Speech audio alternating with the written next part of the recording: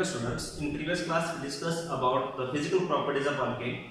Today I am going to start some chemical properties of alkane. Okay, so in that first one, combustion of alkane. Combustion of alkane. As you know that in our day-to-day life, in cooking purpose, we are using the gas in cylinder, that is butane. Okay, so if you just combustion, if the alkanes they under combustion, you will get CO2 and H2O. Okay, so when alkanes undergo combustion, they will produce as CO2 and H2O. Okay, with the huge amount of heat, plus you will get heat. If you see the example, I will take the example, that is methane, CH4. Okay, if methane it will undergo combustion in presence of oxygen, you get heated, you will get CO2 and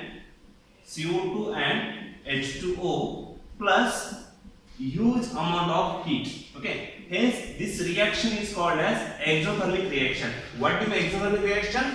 Heat is evolved during the formation of the reaction. Okay, so in this reaction you have to first balance carbon, after that hydrogen, then that of oxygen.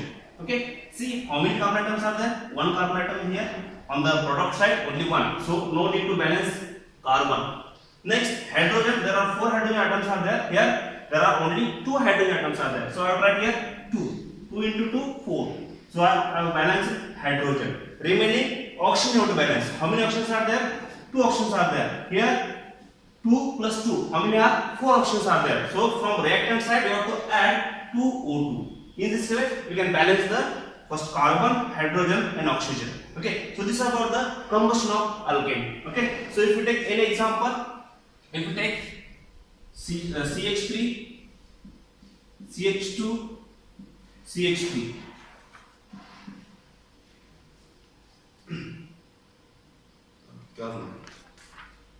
If you take another example, if you take butane, C4, H10, and it will undergo combustion in presence of oxygen. As you know that you will get CO2 and H2O plus huge amount of heat. Okay, so first you have to balance the carbon, hydrogen, oxygen. See, first you have to balance carbon. How many carbons are there? There are 4 carbon atoms. So I have to write here 4 carbon atoms. Okay, then you have to balance hydrogen. How many hydrogens are there? There are 10 hydrogens are there. Here only 2 are there. So I will write here 5 into 2, 10 hydrogens are there. After that you have to balance oxygen. Okay, so while balancing oxygen, first you have to see on which side the maximum oxygens are there. On product side you are getting 4 into 2, 12 plus 5. How many oxygens are there? Here see, 4 into 8. Here is 8 and here 5. You are getting 13 oxygen atoms. Okay, so how many are there? Only 2 are there. So you have to write 13 divided by 2. In the sense, see here you will get this cancel, you get only 13 oxygen. Okay, so in this way you have to balance the carbon, hydrogen and oxygen. Okay, so this is about the combustion of. Now we will discuss the second type of reaction, that is halogenation of alkane. Second one, halogenation of alkane. Okay, so what is the halogenation? Addition of halogen to the alkane, or you can, if you take the example methane, or addition of halogen. Which are the halogens? Is, as you know that, okay, there are fluorine, bromine, iodine. These are the halogens. As you know that these are present in the diatomic form. Okay, so it is present in the form of F2. Here is Cl2. Here is Br2. This one, and last one, that is I2. Okay. So among all these halogen atoms, which one is more reactive? In the exam they will ask. Okay, so first we see order of reactivity of halogen. Okay, order of reactivity of halogen. If you say F2 is more reactive than that of Cl2, than that of Br2, than that of I2.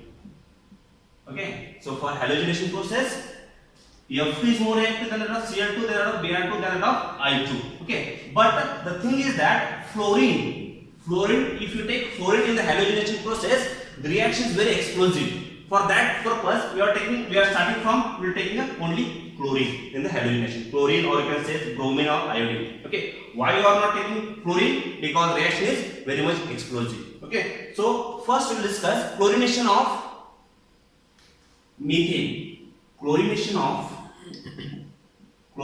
of methane. Okay, if you take a methane, that is CH4. In that, if you add Cl2, chlorine, okay, and just heat the mixture, this will undergo free radical mechanism. Remember, okay, so you will get the structure, that is CH3 Cl plus Cl. In this process, what happens? One Cl is there, there are two fluorine atoms are there. Okay, so this methane I will write is in the form of CH3 and H. Okay, so now what happened? You get C, both are combined here. Both will be combined there. Okay, so you get one is CH3 Cl, written CH3 Cl, remaining HCl. You will get here HCl. Okay, so if you take limited amount of chlorine atom, then reaction will stop here. If you take excess amount of chlorine atom, the reaction will be proceed. Okay, so if you take H nu, it is nothing but the photon, or you can take light, or you can say heat or H nu, or light you can take. Okay, so see, if you take excess amount of chlorine, this methyl chloride, again they will combine. See, CH3 Cl again combines with Cl2, you can say H nu, or you can say heat, you will get the product.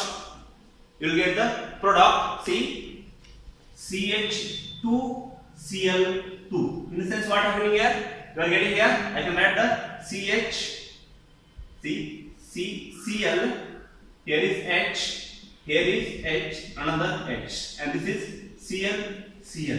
So all they are combined. HCl. Okay. And remaining, this will goes to the here. You will get the product. You will get this product. Remember. Okay. CH2, already Cl is there, here is Cl2. CH2, it is called as methylene chloride. Okay, so this is called as the methylene chloride. Okay, if you take that compound, methylene chloride, again CH2, Cl2, and if you add one more molecule of Cl2 and H nu, it will come from ultraviolet radiations. UV comes from UV radiations, remember. Okay, so you will get again CHCl3 plus HCl. Here also you are getting HCl. Okay, this is called as chlorophore. Remember, this is called as chlorophore. What is the IUPAC name of this compound? Trichloromethane. This IUPAC name is trichloromethane. So in exam they will ask, how will you convert methane to chlorophore or trichloromethane? What is the IUPAC name of above compound? That is dichloromethane. This is called as dichloromethane. Remember. The reaction will not stop here. If you are taking X amount of Cl2, if you take that chloroform again, CHCl3 and one more molecule of Cl2, H nu. So see here, remaining hydrogen atom is removed and Cl will be inserted here. You will get Cl4 plus HCl. Okay, this is called as carbon tetrachloride. This is called as carbon tetrachloride. Remember. What is the IUPAC name of this compound? This IUPAC name of this compound is tetrachloromethane. Okay, so overall what we have done here, if you take limited amount of chlorine, you will get one reaction will stop at monochlorinated product. This is called as monochlorination. If you take excess amount of Cl2, the reaction, all the hydrogen atoms. See, if you consider CH4, H plus Cl2. You take Xis and H nu. In example, given like this. Okay. So in this process, what you have to do? You have to remove all the hydrogen atoms. You have to remove all the hydrogen atoms and add halogen atoms. You will be getting Cl4. Remember. Okay. So this is about the halogenation of, or you can say chlorination of methane. Now let you take the second example for the chlorination of, we can take propane. You will take propane. This is called as a propane. Okay. And here Cl2 and H nu or heat, you can say. And they will mention the temperature also. Okay. So see, in this case, first you have to understand, you will get mixture of the product, mixture of chlorination now you are getting. Okay. So see, I will write this complete structure. CH3, here is CH2, here is CH3. Okay. This carbon atom is called as primary carbon atom. Why? This carbon atom is attached to only one carbon atom. That's why it is called as a primary carbon atom. This carbon atom is called as, again, primary carbon atom. Remember. Okay. And whatever the hydrogen which are attached to the carbon atom, they are called as primary. How many primary hydrogen atoms are there? There are how many? 3 hydrogen atoms which are primary. Remember, in this case. In this case, again, you are getting 3 hydrogen atoms are there which are primary. Okay. But this carbon atom, one carbon atom which attached to another 2 carbon atom, 1 and 2, then it is called as the secondary carbon atom. And whatever the hydrogen atom attached to that carbon atom, that is called as secondary hydrogen atom. How many secondary hydrogen atoms are there? There are 2 hydrogen which are secondary. Okay. So remember that while chlorination, secondary hydrogen atom in the free radical mechanism, secondary chlorinated product is more stable because this is electron donating groups, this electron donating groups. That will stabilize this CH2 group. That's why you will get the mixture. First, which are mixture? See, you will get right here CH3, CH, CH3. Okay, and here what you get? You get here Cl. Okay, so secondary carbon atom you are getting a halogen, one product. Another product you get as usual CH3, CH2, CH2, or you can here is Cl.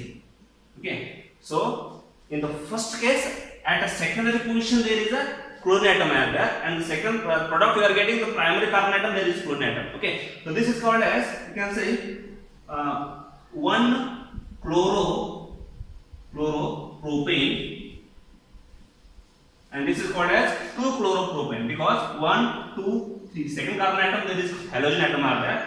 2 chloropropane.